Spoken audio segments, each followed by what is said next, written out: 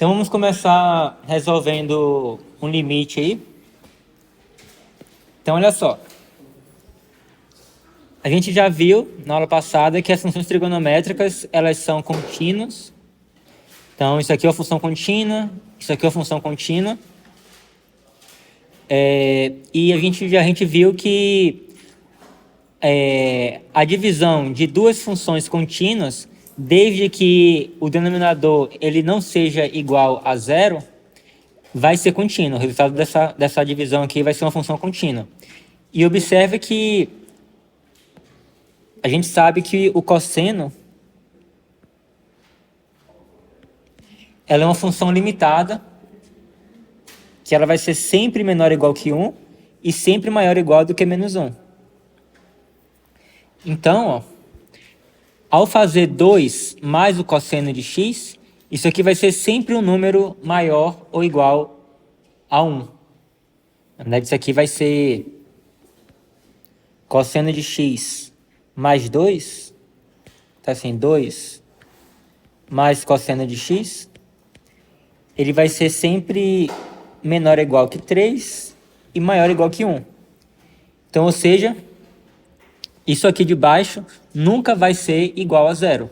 Então, logo, isso aqui é uma função contínua. Então, eu poderia calcular, para calcular o limite do x tendendo a qualquer coisa aqui, basta substituir o x pelo que tiver aqui, pelo fato disso aqui ser uma função contínua. Então, esse limite aí vai ser igual a seno de π sobre 2 mais cosseno de π. Nós sabemos que o seno de π é igual a zero sobre 2, e aí o cosseno de π é menos 1, então vai ficar 2 menos 1, que é igual a zero. Então esse limite aqui, ele vale zero. Beleza?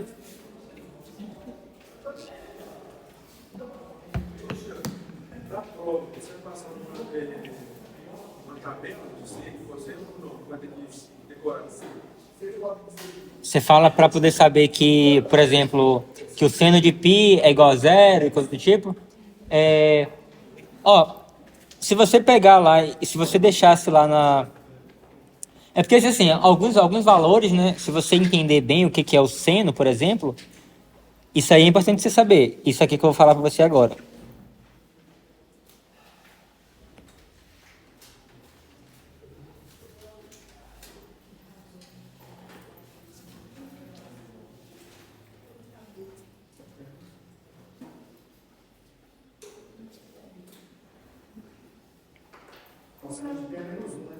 Oi? Isso. Porque olha só, em primeiro lugar, o que é esse ângulo aqui, né? Esse valor aqui, esse valor aqui que a gente chama do ângulo em radiano. Imagina aqui que você tem um ângulo, então você tem aqui a parte positiva do eixo x, e aí imagina um ângulo partindo daqui, né? E dando a volta completa aqui até chegando de volta no mesmo lugar. Então, aqui seria o ângulo zero, e aí o ângulo vai crescendo, chega aqui, chega aqui, chega aqui, chega aqui. O que acontece? Aqui é o zero. Quando você chega aqui, você está no ângulo π sobre 2. Aqui é o ângulo π, 3π sobre 2, e aqui seria o ângulo 2π, que coincide com o ângulo zero. E o que acontece? Aqui eu desenhei um exemplo aqui de uma circunferência unitária. Então, digamos que eu tenho aqui o x igual a 1, o y igual a 1 aqui, x igual a menos 1, y igual a menos 1. E aí o que acontece? Se você tem um ângulo qualquer, por exemplo,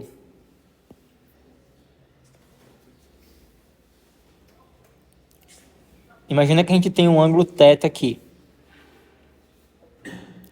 Então, ó, esse ângulo θ ele vai te dar um ponto aqui na circunferência, certo?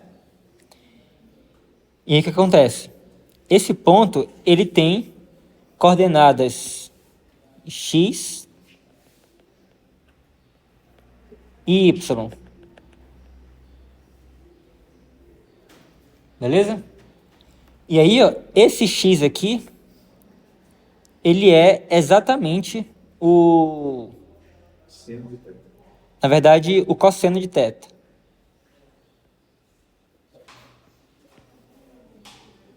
E esse y aqui, ele é o seno de θ. Não é o contrário, não, professor. Não, O eixo X é cosseno, o eixo Y é seno. isso. Basta você pensar também aqui, ó, que o cosseno desse ângulo aqui é o cateto adjacente, que aqui nesse caso é exatamente x sobre 1. Então, o cosseno de θ é igual ao x. E assim também o y aqui é o cateto oposto, que é a altura que vale y, sobre a hipotenusa, que é igual a 1.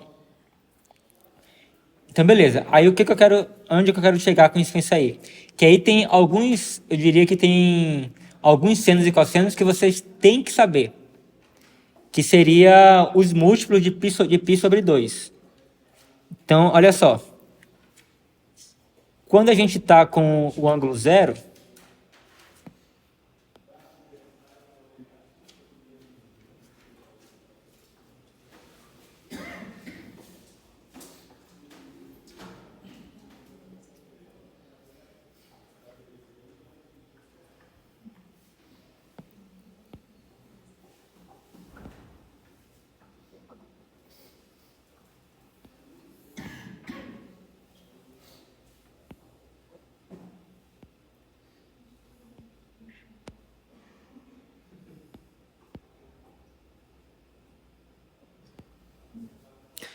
beleza.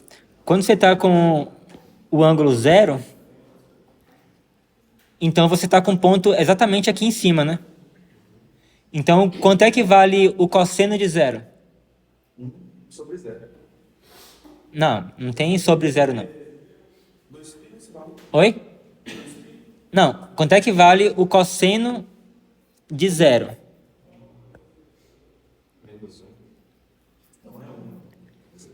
Olha só, quando você tem... Olha só, isso aqui é o nosso ângulo. Então, quando eu estou com o ângulo zero, eu vou estar exatamente... Tipo assim, então eu vou formar um ângulo zero com a parte positiva do eixo x. Então, eu vou estar aqui, ó. Eu vou estar com esse ponto aqui. Então, eu tenho esse ponto. Quando eu estou com o ângulo zero, isso vai me dar esse ponto daqui. Vocês entendem por que o ângulo zero dá esse ponto? E aí, esse ponto aí, então assim, ó, esse ponto aí é um ponto de coordenada 1, 0. Oi? Não entendi. Você entendeu o que é esse ângulo aqui, né? Tipo assim, eu vou pegar aqui a parte positiva do eixo x e eu vou formar um ângulo. Então, assim, eu vou começar a andar aqui. Então, assim, se eu quiser um ângulo de 90 graus, eu vou subir até aqui. Então, se eu quiser um ângulo zero, então o ângulo zero é uma coisa que está junto ali, né? Que não tem ângulo nenhum. Então, ele tá em cima aqui do eixo x. Então, o ponto vai dar aqui. Beleza? Você entendeu? Então, quanto é que vale o cosseno de zero? Por quê? O que é o cosseno? Não, assim, nessa explicação que eu fiz aqui, ó, o que é o cosseno? Vai ser o x. E quanto é que vale o x desse ponto aqui? Não. Vale 1.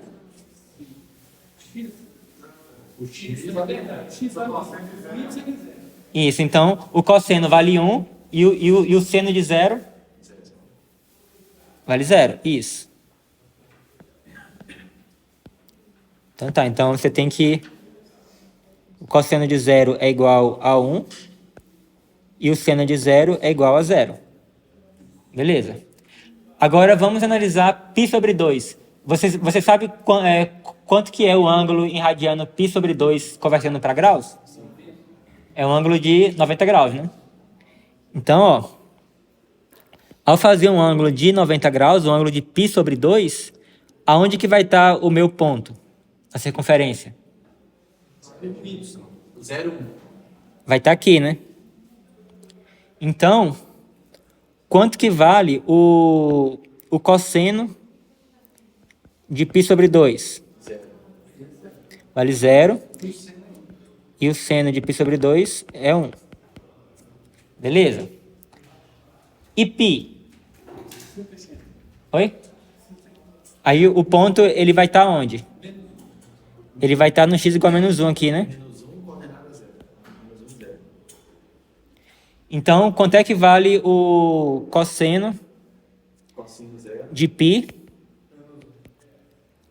Vale menos 1, né? Que o cosseno é o x, X, cossino é x. que nesse caso é menos 1. E quanto é que vale o seno de π? Beleza. Agora vamos para o 3π sobre 2, ou seja, eu dei uma volta e parei aqui, ó. Então eu vou estar aqui. Menos 1. O cosseno de 3π sobre 2 vai ser quanto? Menos 1. A coordenada a coordenada x desse ponto é menos 1? Menos 1. A coordenada x. A 0 menos 1. É que ele está aqui na altura do x igual a 0, né? Certo?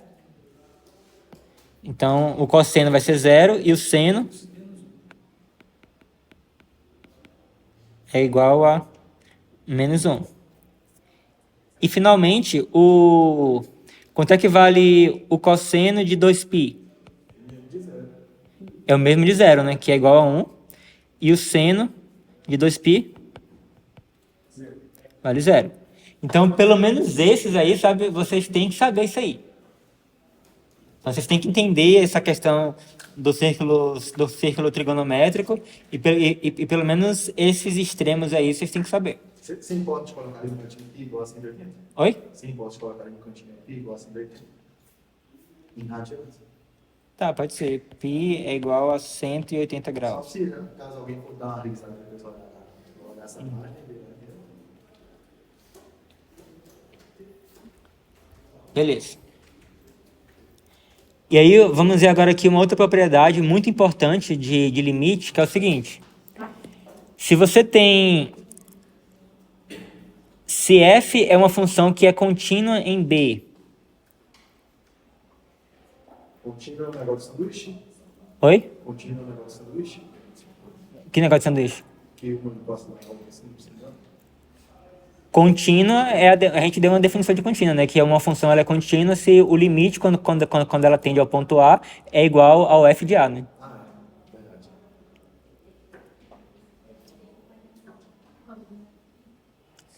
Então, ó, suponha que f seja contínua no número B e suponha que o limite de g de x, quando x tende a A, seja igual a B.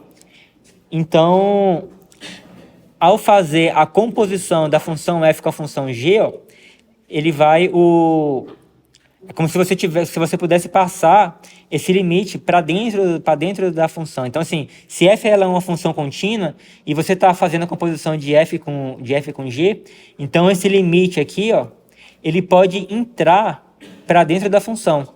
Então, o limite de f composta com g é igual a f do limite de g de x quando x tende a A. Por exemplo, ó, se eu estiver fazendo aqui, querendo calcular o limite de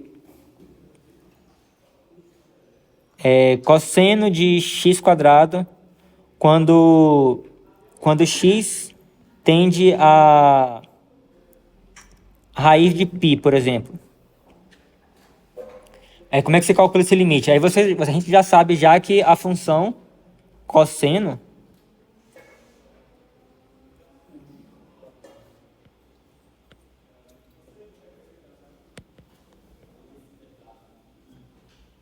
ela é uma função contínua.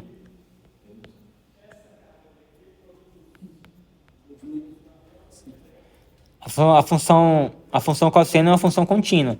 Então, ó, usando esse teorema que a gente acabou de ver aqui, isso significa que isso aqui, ó, eu posso pegar esse limite e passar para dentro dessa função cosseno aqui, né? Então, isso aqui vai ser igual ao cosseno. E para poder ficar mais claro, eu vou até botar um parênteses aqui, ó, do limite quando x tende a raiz de π de x quadrado. E a gente sabe que o x quadrado é uma função contínua. Então, para calcular o limite, basta substituir o x para onde o x está tendendo, que é a raiz de π. Então, isso aqui vai ser igual a cosseno. Então, o limite de x quadrado quando x tende a π vai ser π, certo? Então, isso aqui vai dar cosseno de π. Que é igual a menos 1.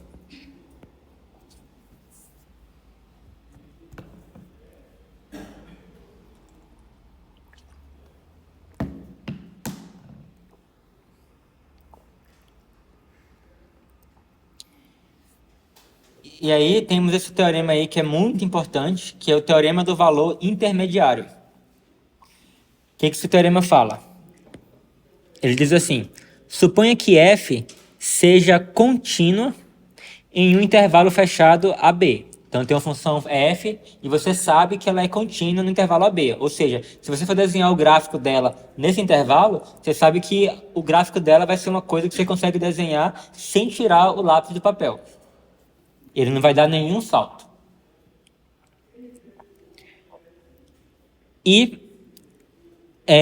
imagina que n é um número qualquer entre f de A e f de B. Então, assim, você calcular o valor da função em A, o valor da função em B, e aí você pega um número n qualquer entre esses dois valores aqui. E também assuma que o f de A é diferente do f de B. Senão o n seria justamente igual aos dois, né?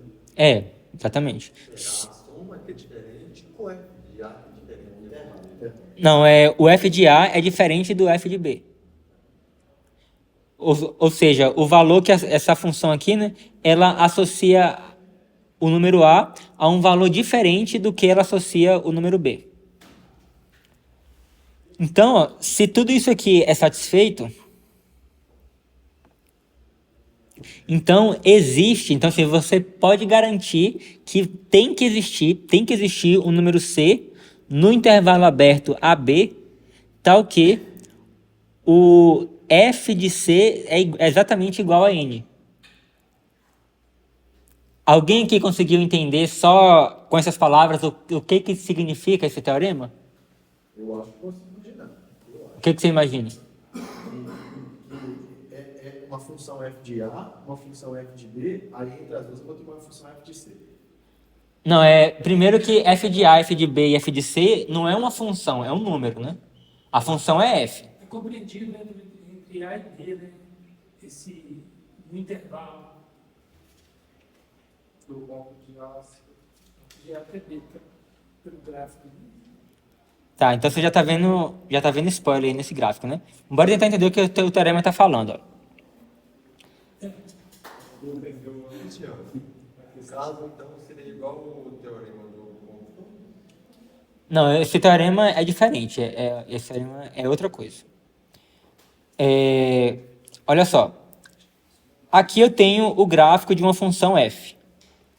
Tranquilo? Aqui eu tenho o número A, eu tenho o número B aqui, quer dizer, o número B aqui. E o que acontece? O f de A vai dar nessa altura aqui. Então eu tenho aqui o meu f de A. O f de B, ó, ele vai dar nessa altura aqui. Então aqui eu tenho f de B. Então daqui você já está vendo que o f de B é diferente do f de A. Se eu tivesse, por exemplo, uma função...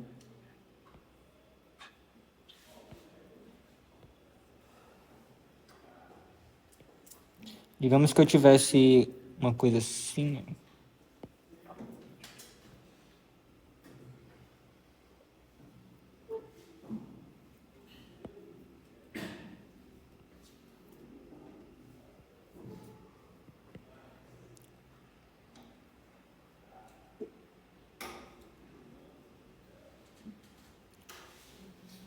Por exemplo, se a função fosse assim, ela já não serviria. Por quê? Porque aqui nesse caso, o f de A é igual ao f de B. Vocês concordam? que eles estão aqui na mesma altura. Então, tanto o f de A quanto o f de B vai ser esse valor aqui no eixo Y.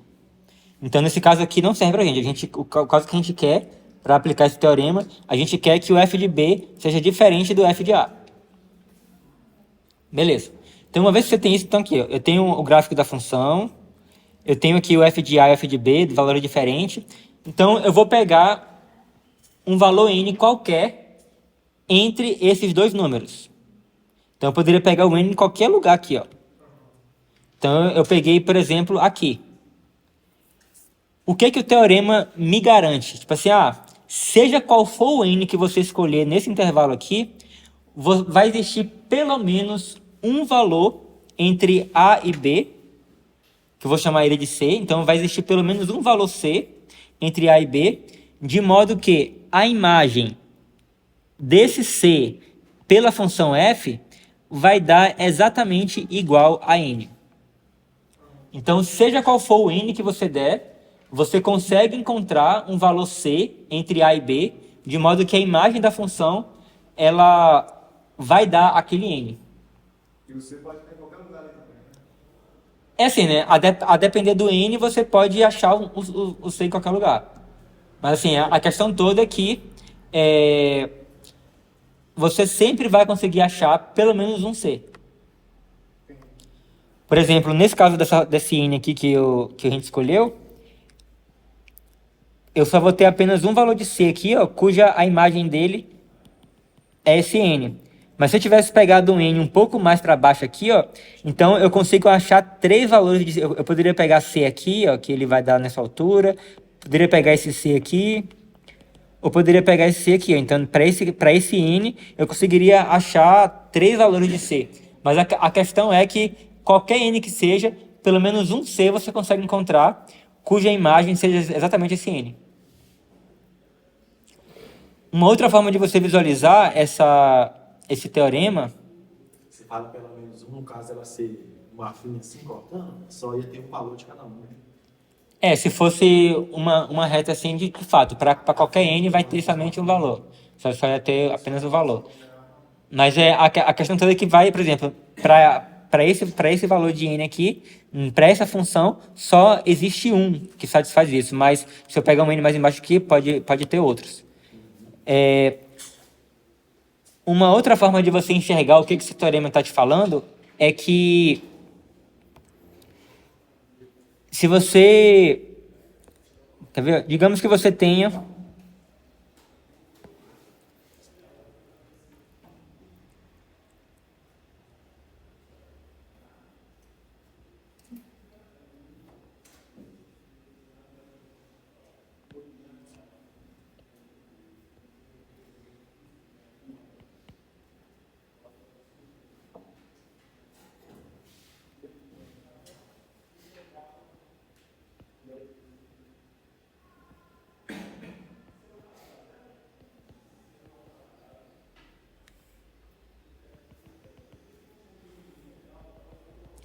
Digamos que você não sabe como é que é o gráfico dessa função aqui. Você tem uma função f, mas você sabe que no ponto A, ela vale esse valor daqui, e no ponto B, ela vale esse valor daqui. Mas só que você não sabe se ela, sei lá, se ela faz assim, você não sabe se ela faz assim, sei lá, se ela faz assim, se ela faz assim. Você não sabe o que ela faz. Mas assim, uma coisa você tem certeza. Se você pegar um valor qualquer que está entre f de A e f de B, então, por exemplo, se eu pegar um valor n aqui, por exemplo, e eu traçar uma reta na altura do valor n, então, assim, se eu sei que a função f ela é contínua, então, com certeza, na hora de traçar o gráfico dela aí, ó, unindo o ponto A até o ponto B, eu vou ter que cortar esse segmento. Então, na hora que eu for desenhar o gráfico, assim, sabendo que f é contínua, eu sei que não tem como eu desenhar o gráfico sem cortar essa reta preta que eu desenhei aí. Assim, seja lá qual for o gráfico, eu sempre vou ter que passar por essa reta preta. Então, basicamente, é isso que está dizendo o teorema. Agora, por exemplo, se a função ela não fosse contínua, então poderia acontecer dela conseguir Um salto, né? dar um salto, exatamente. Ela poderia, de repente, ser uma coisa mais ou menos assim, que ela viesse aqui, aí que ela tivesse uma bolinha aberta, aí aqui ela pula para cá e continua aqui. Então, se ela não fosse contínua, então pode acontecer de eu ter um valor de n. Por exemplo, para esse caso aqui, por exemplo, para nenhum valor que você escolher aqui nesse intervalo, a imagem dele vai dar esse valor n. Vocês concordam? Assim, por mais que você tentasse, por exemplo, você pegar um valor aqui, a imagem da função vai dar k em cima, que vai ser maior do que n. Se eu pegar algum valor de c aqui, a imagem da função vai dar k embaixo menor do que n. Então, para nenhum valor nesse intervalo, a função ia dar esse valor n aqui. Então, assim, quando a função não é contínua, isso pode acontecer. Mas no caso da função ser contínua, então não tem jeito, a função vai ter que cortar essa reta preta.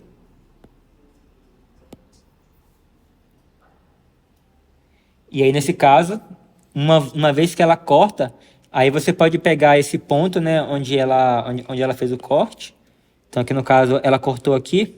E aí eu pego e projeto aqui, ó, por eixo X, ó. E aqui eu achei o meu C, ó. Então, eu consegui encontrar o C de modo que f de C é exatamente igual a n. Beleza?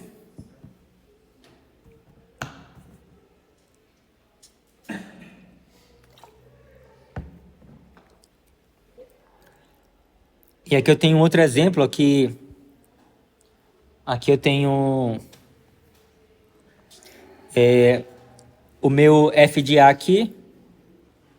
Então eu tenho o meu f de a aqui em cima, o meu f de b está aqui. E aí, então assim, ela começa aqui e ela acaba aqui. Então se eu pego um n qualquer entre f de a e f de b, e traço essa reta daqui, então, com certeza, o meu gráfico ele vai ter que cortar essa reta n aí, y igual a n. E aí, nesse caso, o meu C, eu pego a interseção aqui e projeto aqui para encontrar o valor C.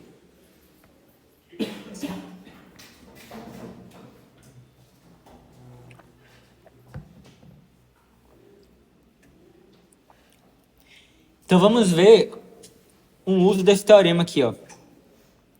A gente tem uma função, quer dizer, a gente tem uma equação e a gente quer garantir que essa equação ela tem uma raiz entre 1 e 2. Você sabe o que é a raiz de uma equação? O valor de x que... Igual a zero. Exatamente, o valor de x que você substitui o valor de x, você tem que a equação é verdadeira, né? Oi? A raiz de uma equação na verdade, as raízes de uma equação são os valores de x que satisfaz a equação. Então, olha só. Como é que a gente usa o teorema para garantir que essa equação tem uma raiz entre 1 e 2? Eu substituo x igual a 1, depois x igual a 2. Tá, e faz o que depois? Pega um valor número 2 e testa. Mas aí você vai ficar testando para todos os valores até achar? Oi? Aí nunca vou acabar. É. Vai ter que usar limite, então.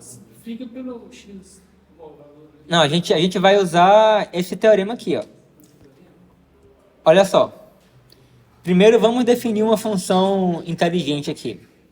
Eu vou definir f de x igual a 4x ao cubo menos 6x² mais 3x menos 2. Então eu defini uma função aqui. E eu vou pegar a igual a 1 e b igual a 2 e vou tentar utilizar esse teorema aqui de cima. Então, olha só, eu não sei, a princípio, como que é o gráfico dessa função aqui. Mas olha só, a gente consegue calcular o f de 1 F de 1 vai ser igual a quanto? Vai ser 4 menos 6 mais 3 menos menos 2 que vai dar 2 menos 4 menos 1, né? E quanto é que é F de 2? Vai ficar 4 vezes 8 2. Menos 6 vezes 4, mais 6 vezes 2. menos 6 menos 24. Mais 6, menos 2. Menos 2. Igual a Mentira. 8 mais 6, 14, 12, né? É isso mesmo? Beleza, então agora olha só o que eu vou fazer. Eu vou desenhar um gráfico aqui.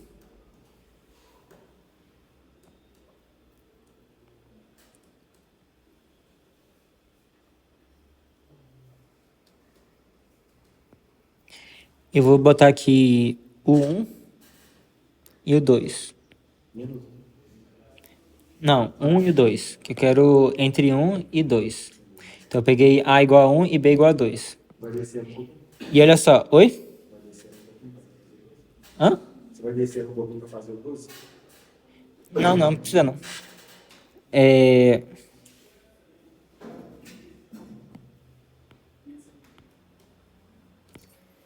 Então olha só. Então a gente sabe que... Oi? Oi? Mas isso aqui não é uma função quadrática, né? Isso aqui é uma função cúbica, né? Então olha só.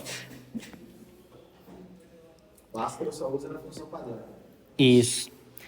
Então olha só, a gente tem aqui que o f de 1, ele é um valor negativo. Então o gráfico não vai ficar muito proporcional não, mas só que o que importa é que é um valor negativo. Só para mim. Então aqui eu tenho menos 1, e digamos que eu tenha o 12 aqui. Então eu tenho que o f de 1 é menos 1, e o f de 2 é 12. E essa função aqui, ela é contínua ou não é? Ela é contínua, né? Porque ela é um polinômio e todo polinômio é contínuo. Então é uma função contínua. O que acontece com o gráfico de uma função nas raízes da função? Ele iguala a 0? Oi? Ela iguala a 0? E o que significa igualar a zero? Passa pelo eixo X. Ela corta o eixo x, né? Exatamente. Então olha só. A princípio, eu não sei como é que vai ser o gráfico dessa função aí. Mas eu sei que ela... Cortar o eixo X. Exatamente. Eu sei que no momento aqui, no x igual a 1, eu sei que ela está aqui embaixo. E eu sei que no x igual a 2 ela está cá em cima. Então, como ela é contínua, então ela vai ter que cortar, nesse intervalo aqui, ela vai ter que, em algum lugar, ela vai ter que cortar para poder passar aqui para cima. Então, sei lá, eu não sei como é que é o gráfico, mas vamos imaginar aqui que seja uma coisa assim, por exemplo. Então, ou seja, então eu acabei de provar que vai existir um número entre 1 e 2, tal que o f de x é igual a zero. Então, eu acabei de provar que existe uma raiz da equação entre 1 e 2. Eu não encontrei quem é, mas eu sei que existe. Eu sei que entre 1 e 2 tem. Vai ter um FX igual a zero. Então, nessa ideia É. de mostrar, a gente pode só desenhar um gráfico e mostrar. Mas assim, você primeiro teve que calcular esse valor, né? E você tem que justificar, né, o porquê que existe, né? Tem que falar assim, existe por quê? Porque a gente sabe que essa função aqui ela é contínua. Então, pelo teorema do valor intermediário, ela vai ter que cortar essa reta aqui, y igual a zero. A função polinomial, ela só é contínua se ela tem todos os membros? Se ela tem A, B, C, D? Não, ela é sempre, qualquer função polinomial, ela vai ser contínua. Só se tiver uma incógnita. Oi? Só se tiver uma incógnita. Essa aí que é uma incógnita só. Qualquer função polinomial, independente de como seja, ela vai ser contínua.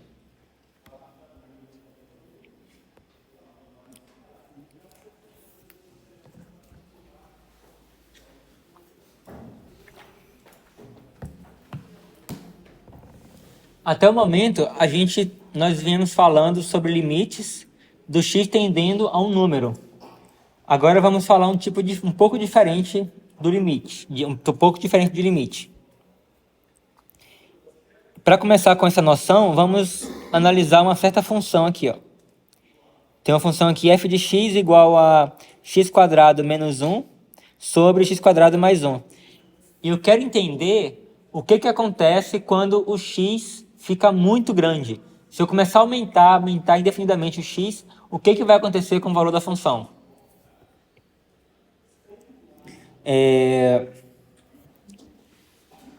Então, o que você faz? Eu posso pegar aqui essa função e eu posso começar a substituir valores para x aqui. Ó. Se eu pegar o x igual a 0, eu vou obter menos 1. Se eu pegar o x mais ou menos 1, eu vou obter 0. Pegar o x mais ou menos 2, eu vou obter 0,6. E aí eu vou pegando x cada vez maiores aqui, ó.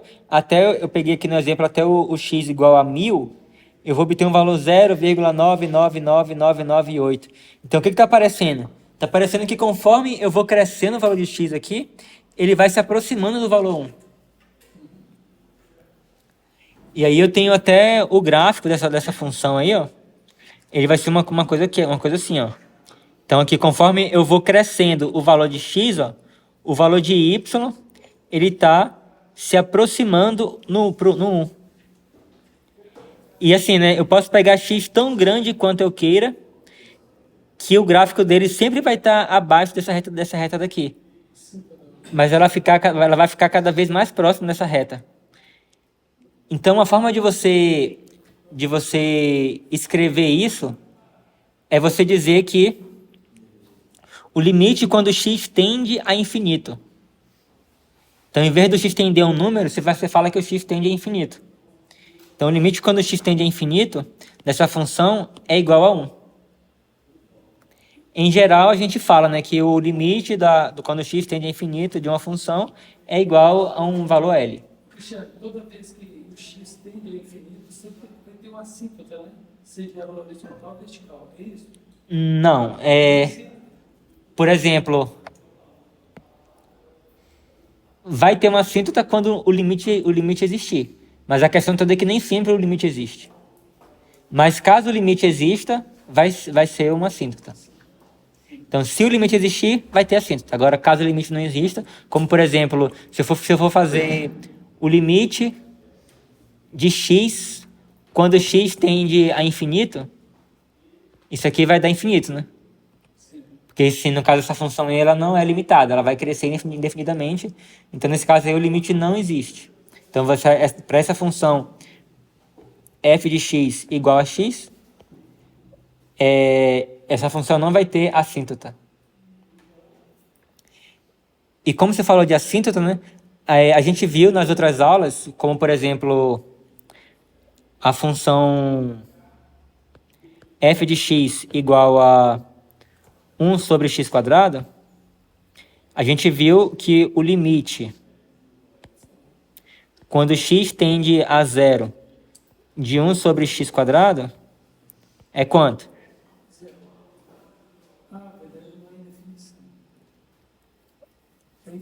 É infinito.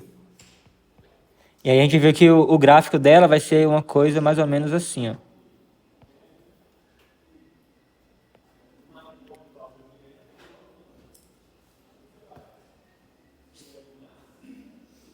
Aí só seria esse x se fosse pegar pela esquerda ou pela direita, não? Oi? Pela esquerda ou pela direita? O quê?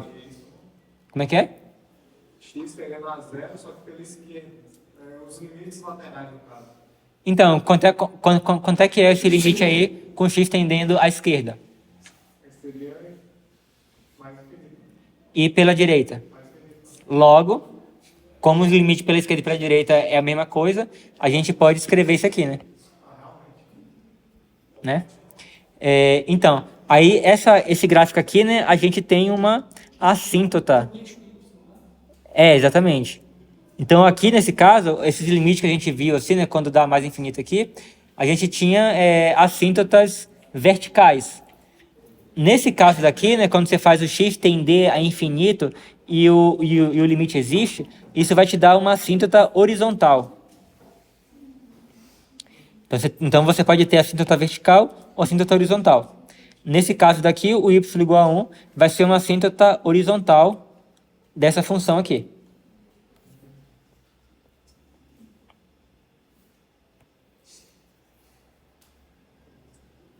E a definição formal de limite, quando x tende a infinito, é o seguinte. Você dizer que o limite de f de x quando x tende a infinito é igual a L, significa que os valores de f de x ficam tão próximos quanto você queira desse valor L, bastando tomar o x suficientemente grande. E aí eu tenho alguns exemplos aí de gráficos onde isso aí acontece. Ó. Assim, essa função aqui, né, quando o x tende a mais infinito, essa função, ó, o gráfico dela está convergindo para essa reta aqui, y igual a L. Então, aqui nesse caso, o y igual a L é uma assíntota horizontal. A assíntota é para onde o limite está indo? A assíntota é para onde o gráfico está se aproximando. Como é que chama? Eu acho que tem a ver até. Quando a gente está estudando no ensino médio, a distância vai cada vez sendo menor, só que ela é infinita. Aí eu posso falar que é... Eu não sei o que você está falando. Não gostava. O que eu lembrava era esse nome assim, você falou que é a tendência do gráfico, né? Uhum. Deve ser esse. Então aqui eu tenho aqui uma outra função f e observa que quando o x tende a mais infinito, ele vai crescendo, o gráfico aqui vai se aproximando dessa reta y igual a L. Aqui, ó, você tem um pouco diferente, né? Você tem aqui essa reta aqui, e conforme o x vai crescendo, o gráfico da função f ela vai oscilando para cima e para baixo da reta, mas você percebe que a oscilação, ó, ela vai diminuindo. E aí, aqui nesse caso, no limite, ela vai ficar cada vez mais próximo da reta. Da reta y igual a L. E aquele gráfico lá que você mostrou que ele oscilava cada vez mais vezes, mas nunca chegava. Quanto mais próximo do negócio estava, mais vezes oscilava. Você lembra qual que é? Você já consegue tomar aquele exemplo? Seno de 1 sobre x. Mas nesse caso aí a gente não tem assíntota, não. Não tem assíntota, não. Não.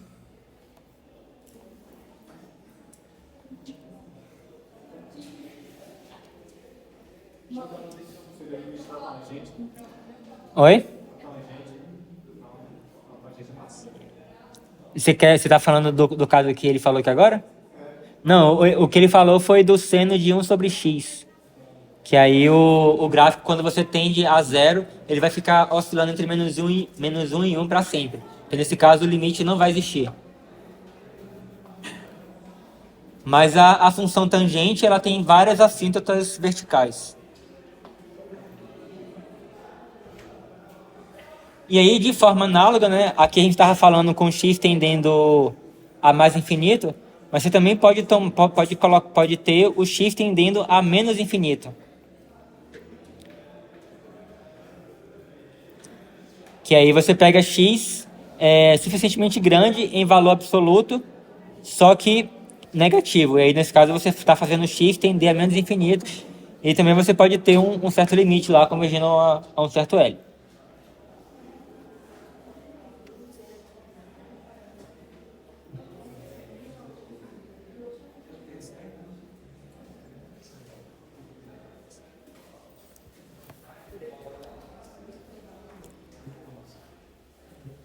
Então, como eu já falei a reta y igual a L, ela vai ser chamada de assíntota horizontal da curva y igual a f de x, se o limite de f de x, quando x tende a mais infinito, é igual a L, ou se o limite de f de x, quando x tende a menos infinito, for igual a L. Então, se pelo menos uma dessas situações acontecerem, a gente diz que a reta y igual a L é uma assíntota horizontal da curva. Por exemplo, eu tenho aqui esse gráfico, e aí observa que quando x tende a menos infinito, esse gráfico aqui, ele está tendendo a essa reta y igual a L. Então, esse y igual a L aqui é uma assíntota horizontal. Um outro exemplo é a inversa da tangente, da função tangente. O gráfico dela é uma coisa assim, ó. E quando o x tende a menos infinito, da tangente a menos 1 de x, esse limite aqui, ele vai convergir para menos π sobre 2. Então, a reta y igual a menos π sobre 2 vai ser uma assíntota horizontal da função inversa da tangente. E a reta y igual a π sobre 2, ele também vai ser uma assíntota horizontal, porque quando eu faço o limite de tangente a menos 1 de x, quando x tende a mais infinito, eu vou obter π sobre 2. Então, nesse caso aqui dessa função tangente a menos 1, ela vai ter duas assíntotas. Uma quando x tende a mais infinito e uma quando x tende a menos infinito. Consegue dar uns exemplos de valores só para a gente dar uma visualizada? Oi? Consegue dar uns exemplos com os ângulos de valores só para a gente dar uma visualizada? Como assim? Botar 45 graus, calcular o tangente. Não, é primeiro que a inversa da tangente, você não calcula de ângulos, né? Tangente é seno sobre cosseno. Tá, mas aqui vai ser a função inversa da tangente. Aí você pode pegar um número real qualquer. E aí, quanto maior for o número x que eu botar aqui, mais próximo eu vou estar de π sobre 2. E quanto menor for o número, né, quanto mais negativo for o número, e eu colocar aqui, mais próximo eu vou estar de menos π sobre 2.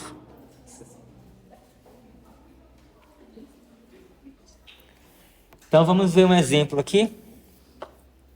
Aqui eu tenho um gráfico de alguma função aí, e eu quero encontrar os limites infinitos, os limites no infinito e assíntotas para a função f, cujo gráfico está nessa figura.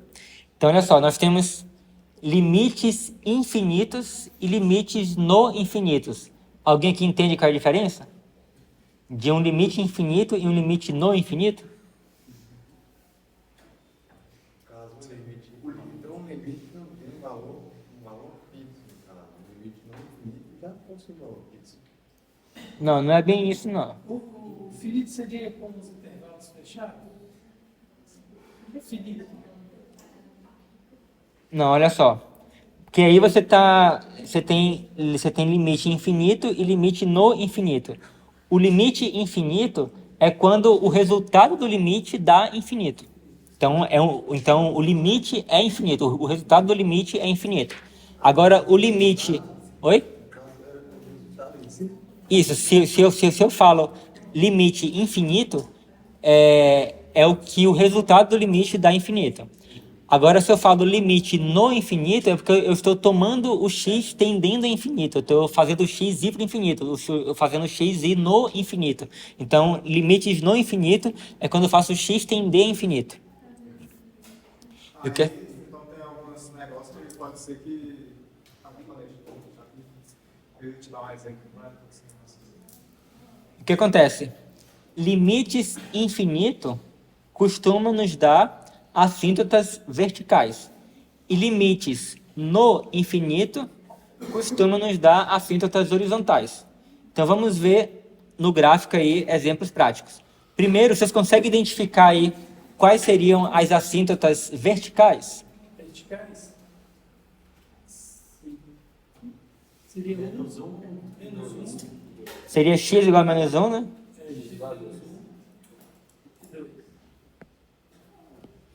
Verticais. E horizontais? Então, essa reta aqui, no x igual a menos 1, seria uma assíntota. E x igual a 2. Então, tem essa outra reta aqui, que também seria uma assíntota. Beleza. E horizontal? 4, y igual a 4 e 2. Então, eu teria o y igual a 4. Vai ficar muito alto aí.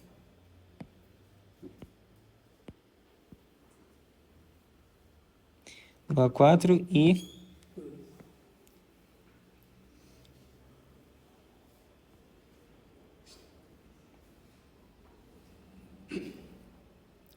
Exatamente. Então essas são as assíntotas. Então, na verdade, primeiro a gente calculou, a gente descobriu quem são as assíntotas. Mas aí agora eu quero calcular os limites. Então, olha só. Eu quero saber. Primeiro, quando você vai fazer quando você está analisando a assíntota vertical, você tem que fazer o x. Deixa eu apagar agora isso aqui, que senão vai confundir no gráfico aqui. Quando eu quero analisar a assíntota vertical, então eu tenho que fazer o x tender a esse valor aqui, ó. Então, calculando então o limite de f de x quando x tende a menos 1, então isso aqui vai dar quanto? Vai dar mais infinito, né? Então, por isso que no menos 1 eu tenho uma assíntota vertical, porque o limite do f de x, quando x tende a menos 1, vai dar mais infinito. E... Os dois lados. Oi? Os dois lados. Isso, exatamente, dos dois lados. Agora, ao analisar agora o x tendendo a 2, eu vou precisar analisar separadamente. Então, eu vou ter que analisar o limite quando Da esquerda e da direita. x tende a 2 pela esquerda. Isso aqui vai dar quanto? Menos infinito. E o limite de f de x, quando x tende a 2 pela direita, vai dar mais infinito, né? Exatamente. Mas assim, né? Então, assim, na verdade, se você não pode falar nada sobre o limite de f de x quando x tende a 2. Você tem que falar só pelos laterais, porque a depender se for pela esquerda ou pela direita, você vai dar menos infinito ou mais infinito. Mas, O limite não existe. de fato, mesmo nesse caso aqui, a gente fala que o limite não existe. Porque se dá mais infinito, a gente fala que não existe. Mas, assim, a questão é que aqui você tem que analisar os limites laterais. Que aqui nesse caso, os limites laterais ambos são mais infinitos. Apesar de que a gente fala que não existe, mas a gente representa essa não existência colocando que é igual a mais infinito, nesse caso aqui. Mas a grande questão é que, para ter uma assíntota vertical, basta que pelo menos um dos limites laterais seja mais ou menos infinito. E não importa se ambos dão menos infinitos, ambos dão mais infinito, ou se um dá um e outro dá outro. Se algum deu mais infinito ou menos infinito, então você tem uma assíntota vertical naquele valor de x ali. Beleza. Então essas são as únicas assíntotas verticais da nossa função. Aí agora, para analisar as assíntotas horizontais, você calcula. Então, assim, tudo que a gente calculou aqui agora, a gente calculou limites infinitos. Agora vamos calcular limites no infinito. Então, primeiro eu vou fazer o limite de f de x quando x tende a menos infinito. Então, isso aí vai dar quanto? Vai dar 2, né?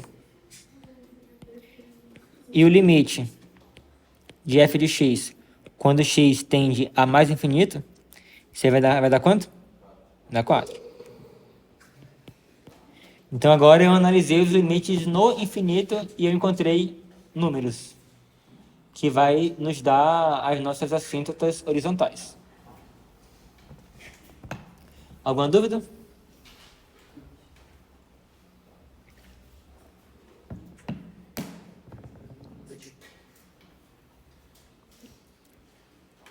E só um detalhe aqui, né, que eu tenho o seguinte costume, né? Quanto mais a turma conversa durante a minha aula, mais difícil eu faço a prova. Porque eu falo assim, vocês estão conversando bastante, é porque a matéria está muito fácil, então eu posso caprichar na prova e fazer uma prova bastante difícil para vocês. Só para vocês saberem que quanto mais eu ouvir conversa durante a aula, é porque vocês estão sabendo de tudo e eu posso caprichar na prova e fazer uma prova bem difícil para vocês. Mas aí, no caso, o resto vai se ferrar. Pois é, então assim, vocês têm que se unir, né, e tipo assim, e se acertar entre vocês aí. Vai estar, você Memória, não. Eu acho que eu até falei sobre isso aqui quando começou o semestre, não foi? Então, assim, vocês já estavam sabendo desde o início, né? A turma é boa, mas tem Alzheimer. Você tem que levar isso em conta também. Oi? A turma é boa, mas tem Alzheimer. Por isso que é bom você anotar as coisas que a gente fala aqui na aula. Anotar as informações importantes. Então, vamos ver um exemplo aqui. A função 1 sobre x. A gente já viu, né, que essa função aqui, a gente já tinha visto já que o limite de 1 sobre x, quando x tende a zero pela esquerda, isso aqui, vocês lembram quanto é que deu?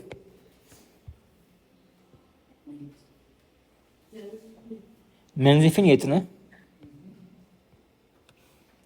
E o limite de 1 sobre x, quando x tende a zero pela direita, isso aqui dá quanto? Mais infinito. Então, isso aqui nos leva a concluir que o gráfico dessa função tem uma assíntota vertical no x igual a zero. Inclusive, eu estou até com o gráfico aqui, né? Então, isso aqui você tem uma assíntota vertical aí. Agora, a questão pede para você calcular o limite de 1 sobre x quando x tende a mais infinito e quando x tende a menos infinito. Então, olha só. Vamos analisar primeiro quando x tende a mais infinito. Se você tem um pedaço de chocolate e você vai dividir para 10 pessoas, aí cada um vai receber uma quantidade, mas se você divide para 100 pessoas, então o pedaço de chocolate que cada um vai receber vai ser menor ainda, e conforme você vai crescendo a quantidade de pessoas que você vai dividir o chocolate, o pedaço de chocolate vai tendendo a quanto? A zero, né? Então, o limite de 1 sobre x, quando x tende a infinito, ou seja, quando a quantidade de pessoas que eu vou distribuir a barra de chocolate tende a infinito, o pedaço de chocolate que cada um vai receber vai tender a zero. Então, esse limite aqui é igual a zero.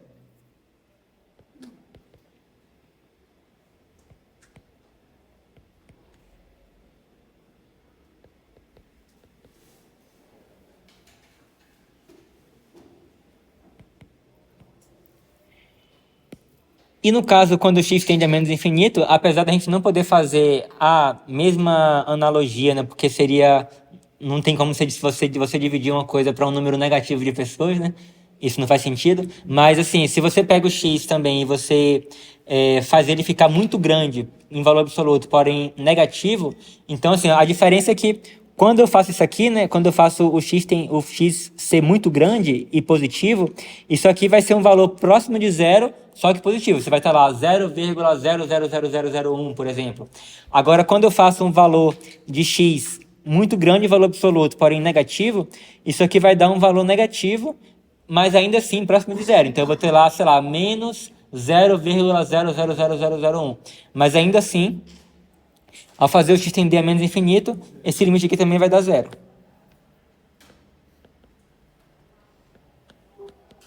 Se pela esquerda e pela direita tem ao mesmo lugar, eu posso falar que o limite existe, então. Sim. Então, como os limites deram iguais, os laterais, então... não, mas só que nesse caso não. Nesse caso, na verdade, isso aqui sim, né? Mas aqui, o x está tendendo a lugares diferentes. Então, eu não estou tendendo a um número pela esquerda e pela direita. Eu estou tendendo a dois lugares diferentes. Então, eu estou indo lá para o mais infinito e eu estou indo lá para o menos infinito. Então, o x está tendendo a valores diferentes. Oi? Não, está tendendo a lugares diferentes. Se fosse 2 sobre x ali, eu poderia falar que é... Não sei. Então, assim, tanto faz eu dividir uma barra de chocolate ou dividir duas barras de chocolate para um número muito grande de pessoas, ainda assim o tamanho do pedaço vai tender a zero. Só se tivesse um x menos outra coisa ali, poderia entender outra coisa. Seria outra resposta. Aí teria que fazer uma outra análise, né?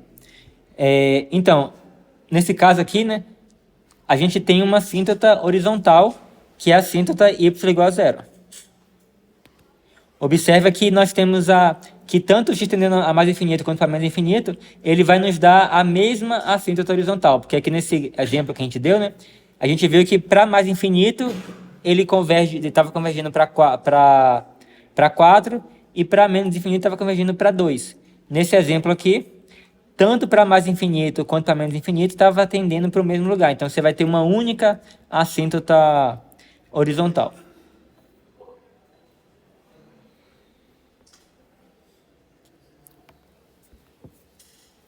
No geral, se você tem um número R maior do que zero, sendo que R é um número racional, então, ó, se eu fizer o limite,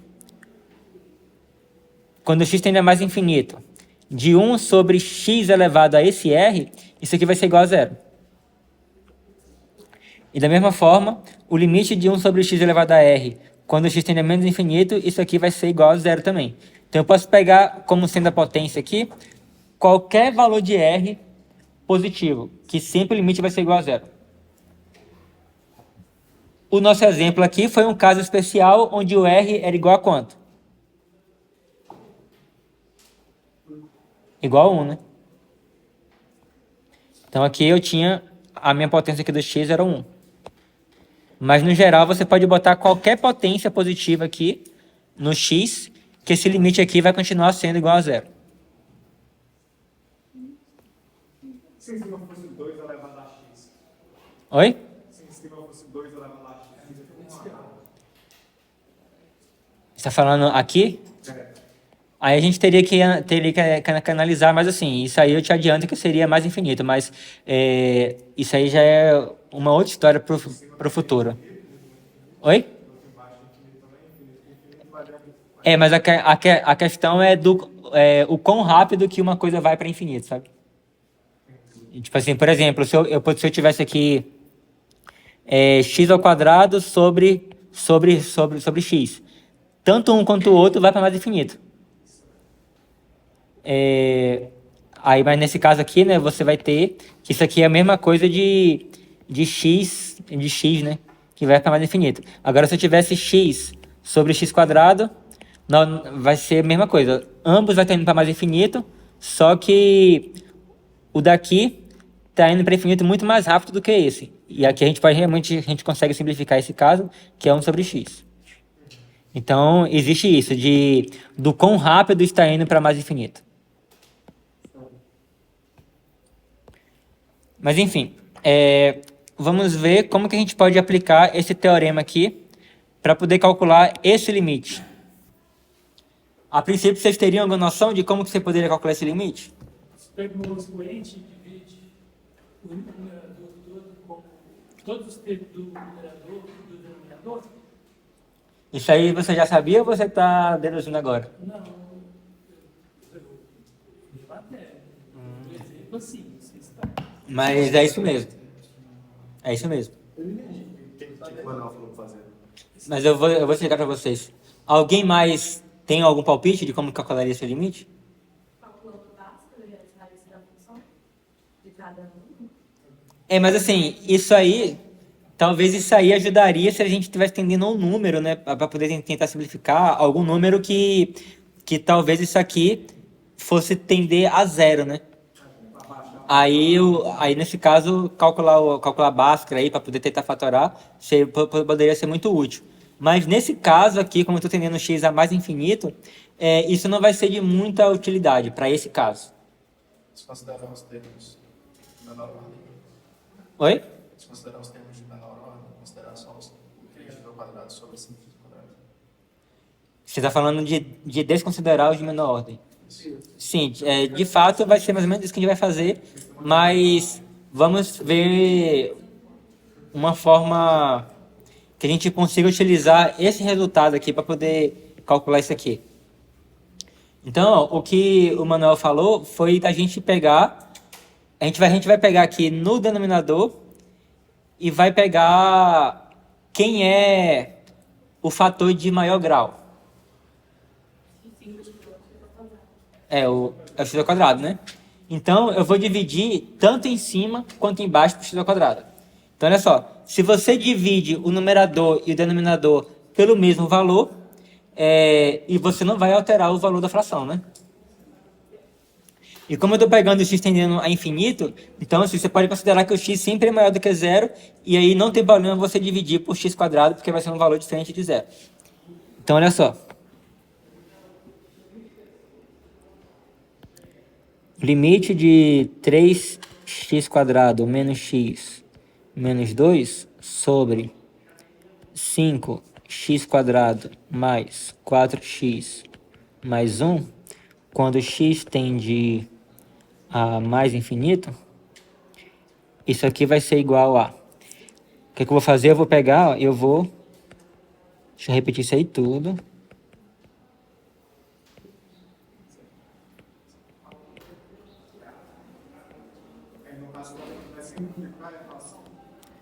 Oi?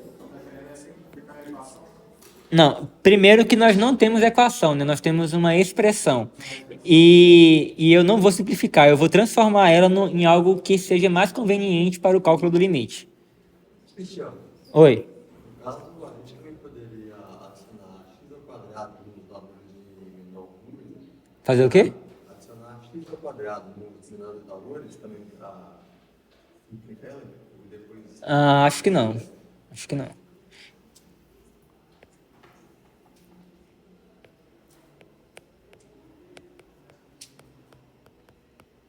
Então, o que eu vou fazer? Eu vou multiplicar isso aqui por 1 sobre x quadrado dividido por 1 sobre x quadrado.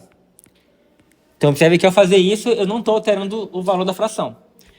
E aí, observe que multiplicar o numerador por isso aqui é a mesma coisa que dividir cada um desses termos por x quadrado. Então, isso aqui vai dar igual a limite quando x tende a mais infinito. E aí vai ficar 3x quadrado sobre x quadrado, 3. Vai ficar 3 só, né? Aí eu vou ter aqui menos... Aí vai ficar... x sobre x quadrado, que simplificando vai ficar 1 sobre x. 2 sobre x quadrado. Menos 2 sobre x quadrado. Beleza, e tudo isso aí sobre 5 4 sobre x. mais 4 sobre x Mais 1 sobre x quadrado. mais 1 sobre x quadrado. E aí, usando as propriedades que a gente já conhece de limite já, eu posso passar o limite para dentro aí, né? Então isso aqui vai ficar igual a 3 menos o limite quando x...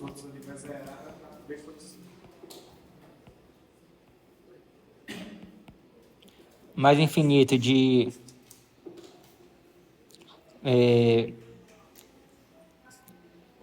1 sobre x menos o limite quando x tende a mais infinito de 2 sobre x quadrado, tudo isso dividido por 5 mais o limite de 4 sobre x, quando x tende a mais infinito,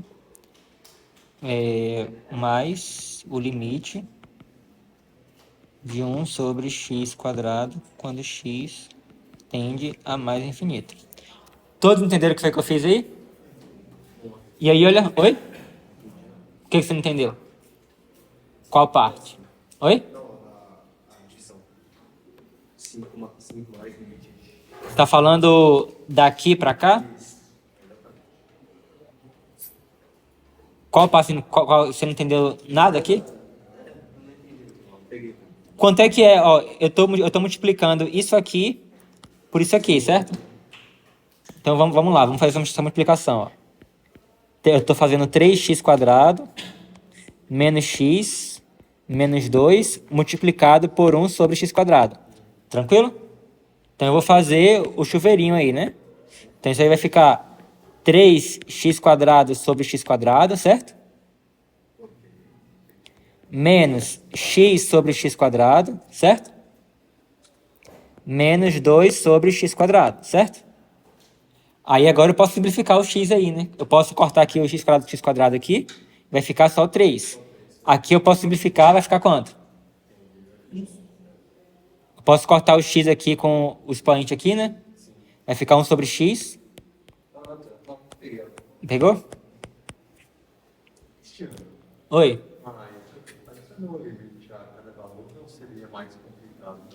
Como é que é? Adicionar um limite a cada valor não seria mais complicado. O que você chama de adicionar um limite a cada valor? Ah, da forma que você fez a terceira ali. A terceira, último exemplo ali. Você fala isso aqui? A ideia é só você ter uma. Não, mas a questão é que como que você conseguiria calcular de outra forma? A questão é que não tem, você tem que fazer isso. A gente tá falando que ele é pensado diretamente ali. Que olha só, agora o que você faz agora? Observe o seguinte. Aqui eu tenho o limite de 1 sobre x quando x tende a mais infinito. Isso aqui dá quanto? Isso aqui dá 0. E esse limite aqui dá quanto?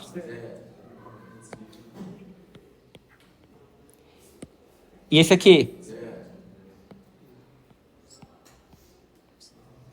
E esse aqui? Então você viu que apesar de ter agora um bocado de limite, mas é todo limite que você sabe que dá 0. Aqui, por exemplo, eu já poderia, tipo assim, você com um pouco de prática, né, você já poderia pegar, tipo assim, isso aqui vai dar 0, 0, 0, 0, vai sobrar somente 3 sobre 5. Você poderia fazer direto. Mas aqui nessa aula eu fiz o passo a passo para vocês entenderem o porquê que isso acontece. Na prova, na suposição, eu posso pegar aquela expressão assim e já definir como 3/5? Se você conseguir enxergar isso, Mas aí você vai ter que provar pro professor depois. Depois o professor te mandar como é que você chega nisso Provar, aqui. não, você tem que fazer ali, ué. Não, o professor chama como é que você chega Não nisso é? aqui. Eu acho que você colocou no seu colega. Ah, eu sei que eu colo. assim, mas vai ter casos que pode ser um pouco mais complicado que esse, sabe? Que você fazer de cabeça assim pode ser que fique mais difícil. Oi? Pode não ser físico, né, cara? Por quê? Ah, tá. Cristiano, mas se algum caso, por exemplo, alguém pega uma conhece faz direto. Você vai perguntar como questionar aquilo ou você vai simplesmente aceitar? Deixa eu pensar.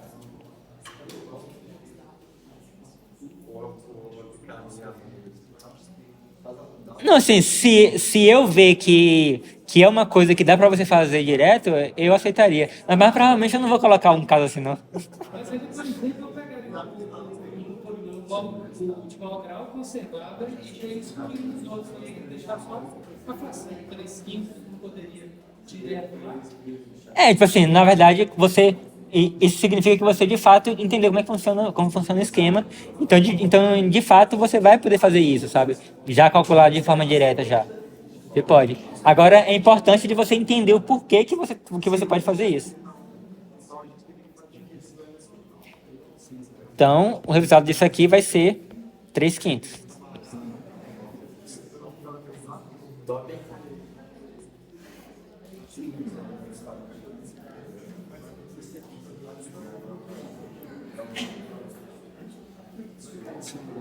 Até quem acha matemática chata quando entende alguma coisa fica legal. Olha, esse caso aí, você conseguiria fazer sem fazer aquilo que a gente fez lá?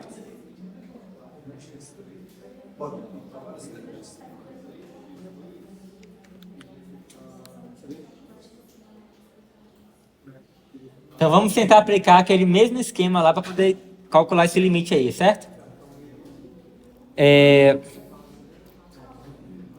Então olha só.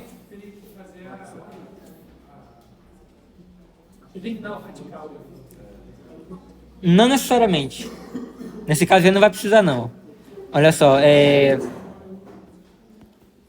o limite quando x tende a mais infinito de a raiz de 2x² mais 1 sobre 3x menos 5. Como é que é o nome dela que sai mesmo isso? Alguém sabe? Camille, né? Pra poder eu lembrar o nome da chamada. Então, olha só, o que eu vou fazer? Você sempre pega aqui no denominador e olha quem é o maior grau.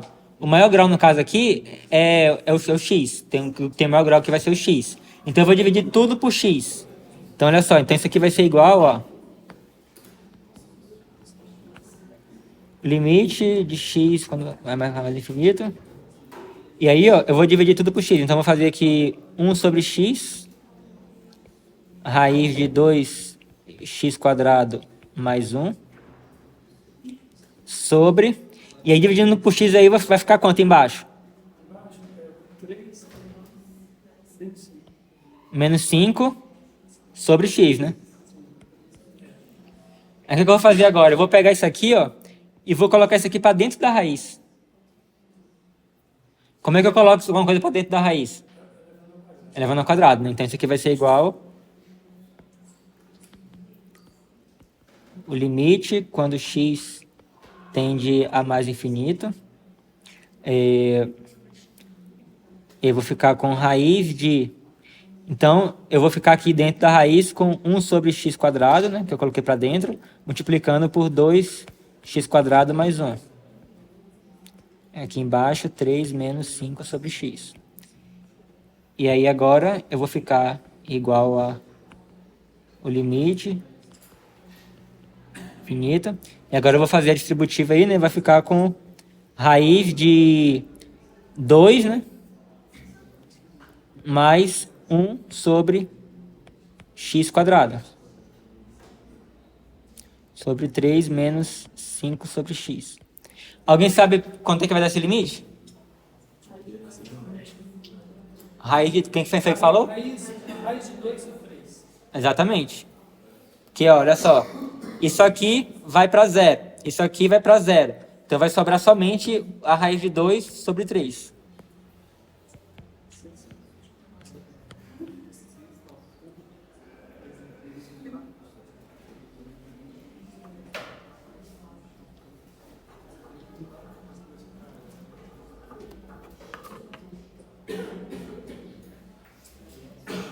A gente só usa aquele negócio lá de tirar o radical do denominador.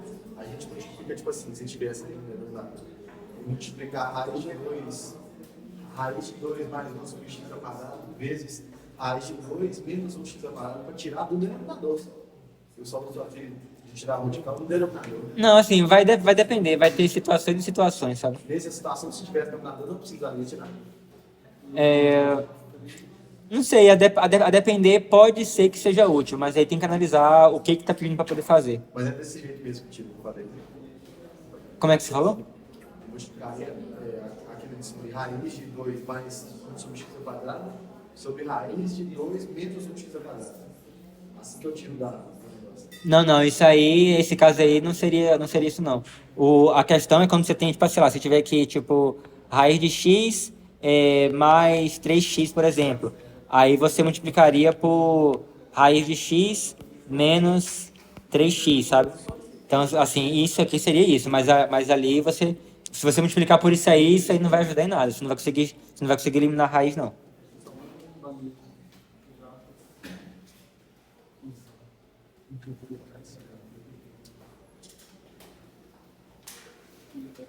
Você comentou mais cedo lá na questão da função contínua.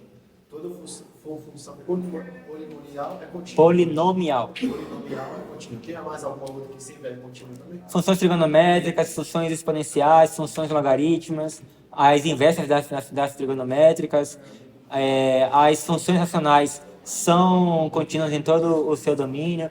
A maioria das funções que você tem uma expressão bonitinha para ela vai ser contínua. A maioria. Oi?